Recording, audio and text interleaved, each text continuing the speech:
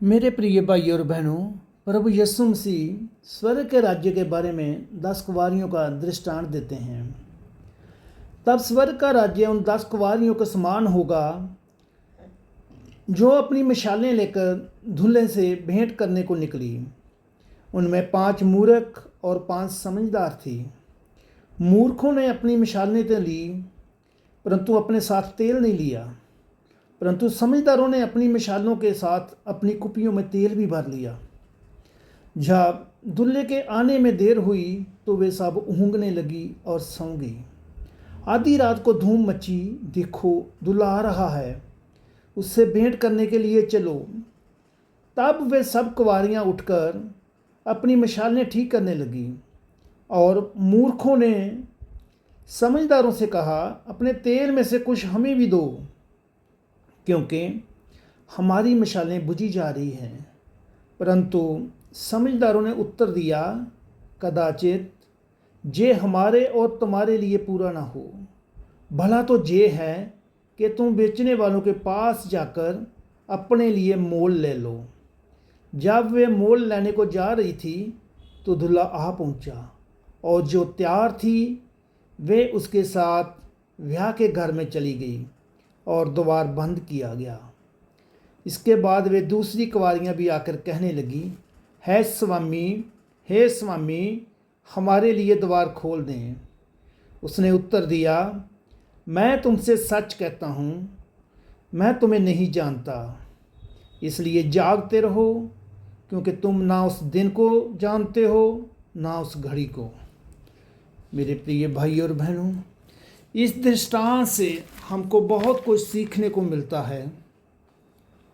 सबसे पहले तो है कि हमारी प्लानिंग होनी चाहिए, हमारी योजनाएं होनी चाहिए, और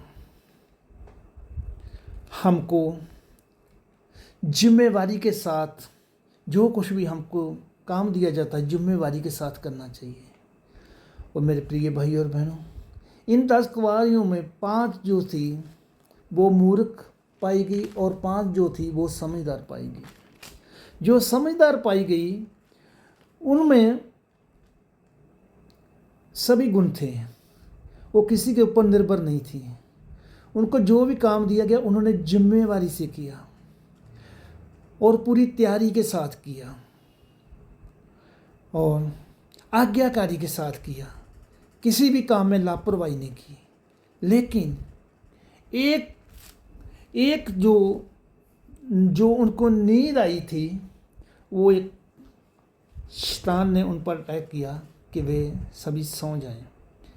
तो वो 5 जो समझदार थी वो भी सौ गई। लेकिन जब दूल्हे के आने का टाइम हुआ, दूल्हा आया, तो वो सभी 10 कुँवारियाँ उठ पड़ी, और जिनके पास तेल था वो तो तैयार होकर दूल्हे से भेंट करने को चली, और जो मूर्ख थी जिनके पास तेल ख़त्म हो गया था, वो जो समझदार कुँवारियाँ थीं उनसे मांगने लगी, और उन्होंने उनको तेल नहीं दिया। उन्होंने बोला कि जेकर हम ये तेल आपको दे देंगे, ये ना तो आपके लिए काफ़ी है ना हमारे लिए काफ़ी है, तो जो दूल्हे का स्वागत है, दूल्हे से भेंट करने को कैसे हम जाएंगे। सो मेरे प्रिय भाई और बहनों, समय का कोई पता नहीं है कब आएगा। हर समय जागते रहो, हर समय, जैसे कि पवित्र बाइबल में लिखा है, जागते रहो। संत मत्ती की इंजील 24 अध्याय वाक्य 36 से 44। उस दिन और उस घड़ी के विषय में कोई नहीं जानता, ना स्वर्ग के दूत और ना पुत्र, परंतु केवल पिता जानता है। जैसे नूह के दिन थे वैसे ही मनुष्य के पुत्र का भी आना होगा। क्योंकि जैसे जल प्रलय से पहले के दिनों में जिस दिन तक नूह जहाज पर ना चढ़ा उस दिन तक लोग खाते पीते थे और उनमें ब्याह होते थे, और जब तक जल प्रलय आकर उन सबको बहा ना ले गया, तब एक उनको कुछ भी मालूम ना पड़ा। वैसे ही मनुष्य के पुत्र का भी आना होगा। उस समय 2 जन खेत में होंगे, एक को ले लिया जाएगा और दूसरा छोड़ दिया जाएगा। 2 स्त्रियां चक्की पीसती रहेंगी, एक ले ली जाएगी और दूसरी छोड़ दी जाएगी। इसलिए जागते रहो, क्योंकि तुम नहीं जानते हो तुम्हारा प्रभु किस दिन आएगा। परंतु ये जान लो कि यदि घर का स्वामी जानता होता कि चोर किस पैर आएगा तो जागता रहता और अपने घर में सेंध लगने ना देता। इसलिए तुम भी तैयार रहो, हर समय तैयार रहो, क्योंकि जिस घड़ी के विषय में तुम सोचते भी नहीं हो उसी घड़ी मनुष्य का पुत्र आ जाएगा। तो मेरे प्रिय भाई और बहनों, हमको हर समय तैयार रहना चाहिए। हमको पता नहीं चलेगा कि कब मनुष्य का पुत्र आ गया है। सो मेरे प्रिय भाई और बहनें,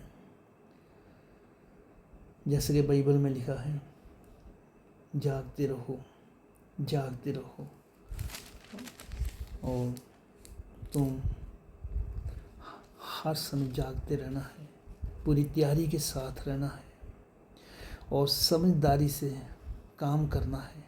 किसी के ऊपर निर्भर नहीं होना, डिपेंड नहीं होना।